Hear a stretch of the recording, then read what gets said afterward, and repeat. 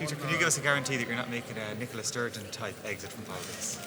Look, I'm not, and I think the question you're asking me is there some sort of scandal that's about to break that I'm aware of, and there isn't. Is a straight answer to that.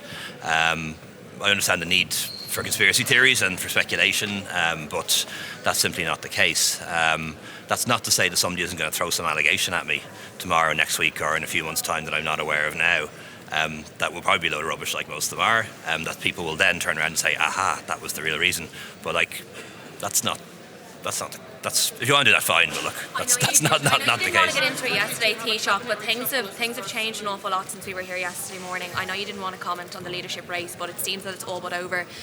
Would you be happy now with Simon Harris as the leader of Fine Gael in the next Taoiseach, as it appears it's going to be? What advice would you give to him? And this is obviously your final European summit, your final time walking in here. Are you feeling emotional that now you're kind of doing the first of the lasts? No, look, on the first question, look, I'm not going to say anything about that until nominations close on Monday.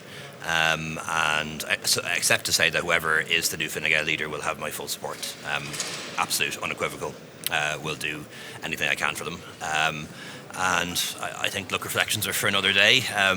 The nature of this job is it never stops. And the fact that dramatic events may have happened during the week doesn't mean your job or my job here as Taoiseach today is any different than it would have been. So the dust just hasn't settled on this for me yet. It will at a certain point, but hasn't yet. What advice would you give to Minister Harris now taking over as Taoiseach? I'd say I'm not going to get into that until nominations are closed and a new leader's elected.